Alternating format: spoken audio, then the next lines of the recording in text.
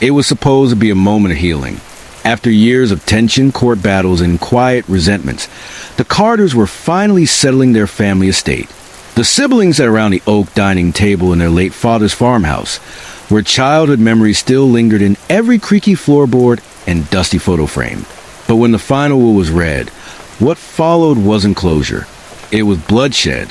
One sibling stood to inherit it all, and within moments, another would be gone forever.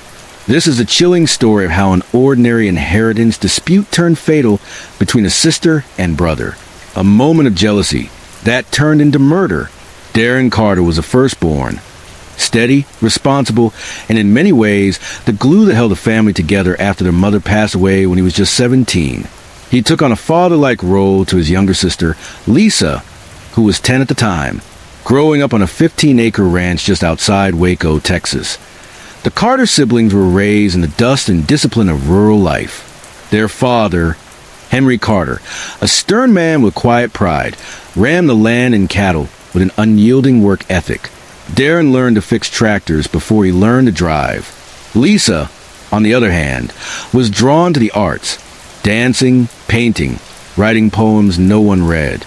She left for college early, hoping never to return to the small-town life that felt too suffocating. But life has a strange way of pulling us back home. In 2022, Henry Carter passed away at the age of 78. With no spouse and only 2 children, the estate, which included a house, land, equipment, and nearly $700,000 in assets, was expected to be split between Darren and Lisa. At least, that's what Lisa thought. She hadn't spoken much to her father in the final years. There had been arguments, letters left unread. Phone calls never returned. She lived in Dallas now, working part-time at a community arts center and living paycheck to paycheck. Her return to Waco for the will reading was less about grief and more about survival. The will was read on a Friday morning in February. Darren and Lisa, along with the family attorney, sat in the old farmhouse kitchen. The coffee was burnt. The silence was unbearable. Then came the words that changed everything. I leave the entirety of the Carter estate to my son, Darren Carter. This decision is made with clarity, not cruelty. The land is his legacy. Lisa blinked. The words didn't register. She waited for the rest. But there was nothing else. She didn't scream. She didn't argue. She simply stood up, thanked the lawyer, and walked out.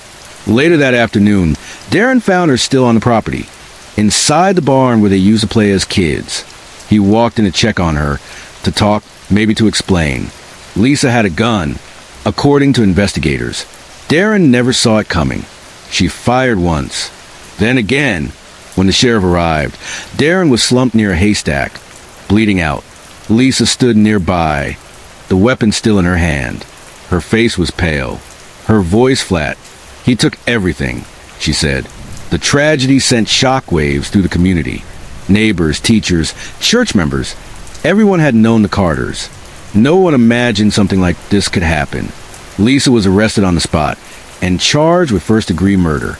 The trial that followed was not only about what happened that day, but everything that had been building for decades. The prosecution painted Lisa as greedy, entitled, and emotionally unstable. They argued that this wasn't a crime of passion, but one of premeditated resentment. But Lisa's defense told another story, one about abandonment, favoritism, and a daughter who had never felt seen. They brought up years of emotional neglect from her father, how Darren had always been the chosen one, and how Lisa, despite all her accomplishments, had never been treated as an equal. They argued that the will was a final betrayal in a lifelong pattern of being overlooked. But no explanation could justify what happened. A psychologist testified that Lisa suffered from unresolved trauma and chronic anxiety, made worse by financial instability. She had driven to Waco not just for the will, but to plead for help, for a sign that her family hadn't truly turned its back on her. And when that sign never came, she snapped. The jury was torn. Yes, she was hurting. Yes, she had been mistreated. But Darren was unarmed. He had no history of violence. He had invited her back, offered reconciliation, even if the land was legally his. After 4 days of deliberation, Lisa Carter was found guilty of second-degree murder and sentenced to 25 years in prison. Darren was buried beside their parents on a cold March morning. Hundreds attended his funeral. Among the mourners was a little boy, Darren's godson, who he had quietly supported after his best friend died in Iraq. A reminder of the quiet generosity Darren never spoke about. In the months that followed, the farmhouse sat empty. Overgrown vines crept across the porch. Letters piled in the mailbox. The once vibrant land now whispered with sorrow. But something remarkable began to happen. Darren's will had included a final clause, a donation.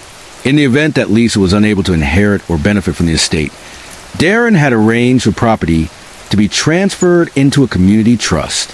A non-profit was formed, the Carter Foundation for Healing and Reconciliation. The foundation turned the farmhouse into a retreat center for siblings coping with loss, trauma, and fractured relationships.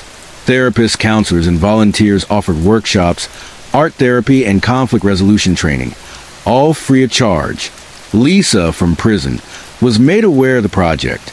In a letter to the director, she wrote, "I don't deserve forgiveness, but maybe someone else will find peace in the place where I lost mine."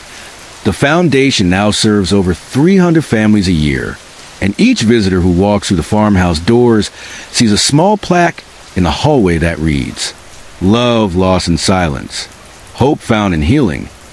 Stories like this are painful, but they're also necessary because they remind us how easily bitterness can grow in silence, how quickly love can turn into loss, and how crucial it is to have hard conversations before it's too late.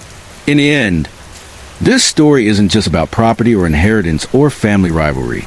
It's about the moments we choose anger over grace, and what happens when we forget that no one truly wins in war between loved ones. If you connected with the story as deeply as we did, I've handpicked another one that will truly move you. It's a powerful reminder that even in the darkest moments, healing is still possible. Don't miss it. Click here to watch next, and let your heart be inspired all over again. Love stories like this? Help us keep them alive. Subscribe, for more gripping real-life tales that reveal the truths hidden behind closed doors. Until next time, stay aware, stay kind, and never underestimate the weight of unspoken.